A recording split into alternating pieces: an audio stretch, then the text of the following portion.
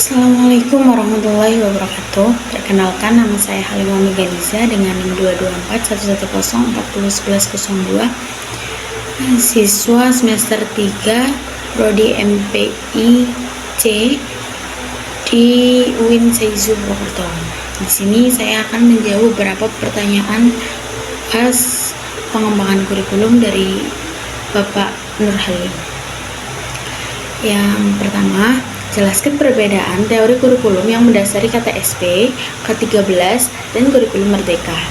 Menurut saya, untuk yang pertama, KTSP itu teori kurikulum yang mendasari KTSP adalah teori kurikulum berbasis kompetensi yang menekankan pada pengembangan keterampilan dan pengetahuan yang relevan dengan kebutuhan peserta didik dalam kehidupan sehari-hari dan di dunia kerja.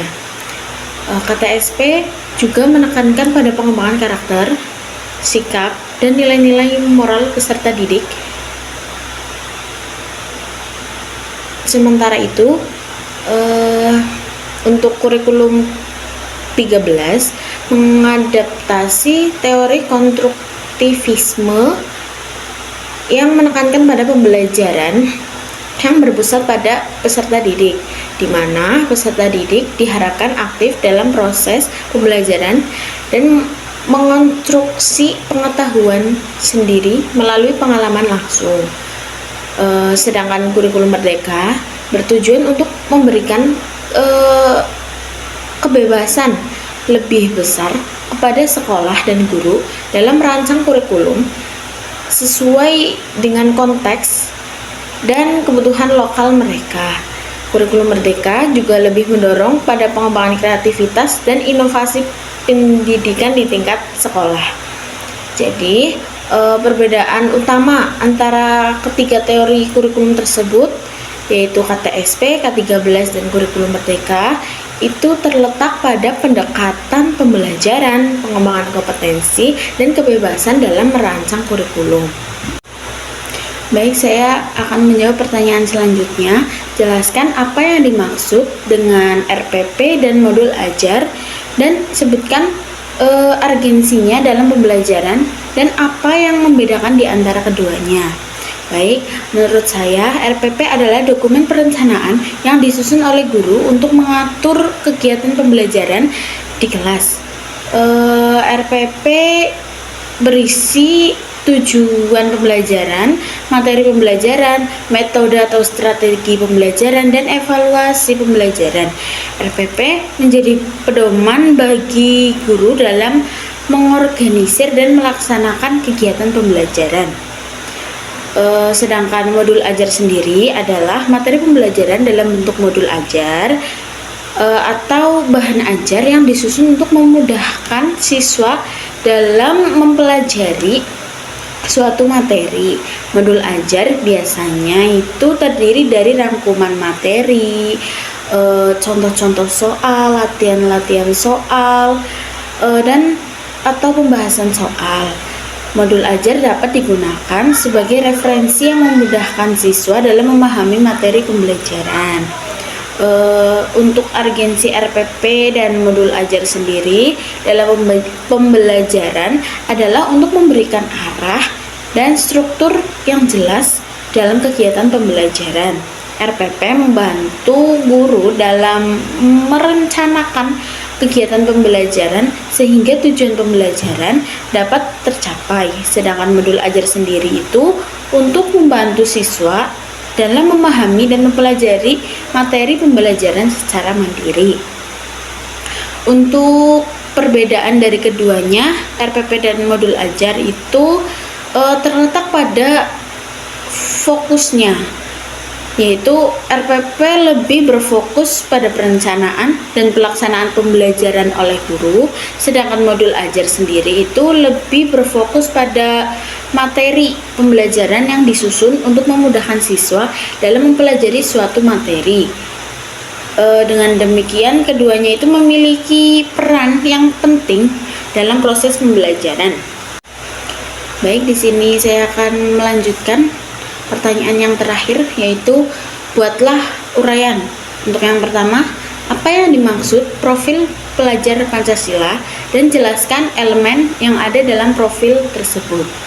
Baik, menurut saya sendiri, profil pelajar Pancasila adalah konsep yang merujuk pada gambaran mengenai ciri-ciri pelajar yang diharapkan memiliki pemahaman dan penerapan nilai-nilai Pancasila dalam kehidupan sehari-hari.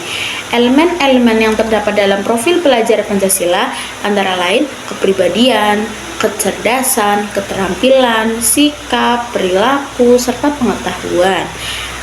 Semua elemen ini itu diharapkan terpadu dalam bentuk pelajar yang memiliki kesadaran akan nilai-nilai Pancasila yang mampu mengaplikasikannya dalam berbagai aspek kehidupan sehari-hari.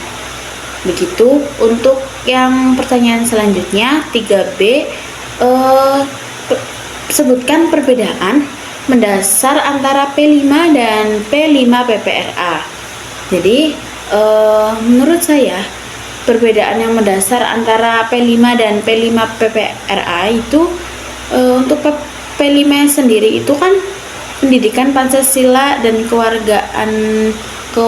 kewargaan negaraan, dan P5 PPRA itu pendidikan Pancasila, pendidikan moral, budi pekerti, dan agama.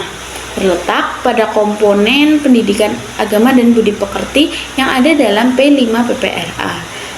Sedangkan P5 itu lebih fokus pada nilai-nilai Pancasila dan kewarganegaraan, sedangkan P5 PPRA melibatkan aspek moral, budi pekerti, dan pendidikan agama dalam upaya pembentukan karakter. Untuk pembahasan jawaban yang terakhir, yaitu ada 3C. Pertanyaannya, ambil satu tema tertentu dari P5 PPRA, kemudian jika saya sebagai fasilitator proyek, bagaimana pelaksanaan P5 PPRA-nya, dan jelaskan dari pengenalan sampai tindak lanjut. Begini, menurut saya, jika saya sebagai fasilitator proyek di P5 PPRA, maka pelaksanaannya dapat dimulai dengan pengenalan tema yang akan ditindaklanjuti. Misalnya, saya mengambil tema tanggung jawab sosial, yaitu proses pengenalan dapat dimulai dengan diskusi mengenai arti tanggung jawab sosial. Proses pengenalan itu dapat dimulai dengan diskusi, tanya jawab, dan demonstrasi. Proses selanjutnya itu mengenalkan contoh-contoh tanggung jawab sosial dalam kehidupan sehari-hari dan pentingnya menjalankan tanggung jawab sosial dalam membangun masyarakat yang lebih baik. Setelah proses pengenalan, dilanjutkan dengan kegiatan yang melibatkan siswa untuk berpartisipasi secara aktif, seperti diskusi kelompok, permainan peran, game-game lain, atau proyek nyata yang melibatkan tanggung jawab sosial. Untuk tindak lanjutnya sendiri dari kegiatan tersebut dapat berupa refleksi bersama, penilaian hasil karya atau partisipasi, serta penyusunan rencana tindak lanjut untuk melaksanakan tanggung jawab sosial pada masa mendatang. Dalam hal tindak lanjut tersebut dapat melibatkan siswa dapat merencanakan dan melaksanakan kegiatan nyata yang mendukung tanggung jawab sosial seperti kegiatan sosial bersama atau kampanye kesadaran sosial di masyarakat. Begitu, sekian dari saya. Mohon maaf bila ada salah kata yang kurang berkenan. Mohon maaf, terima kasih. Wassalamualaikum warahmatullahi wabarakatuh.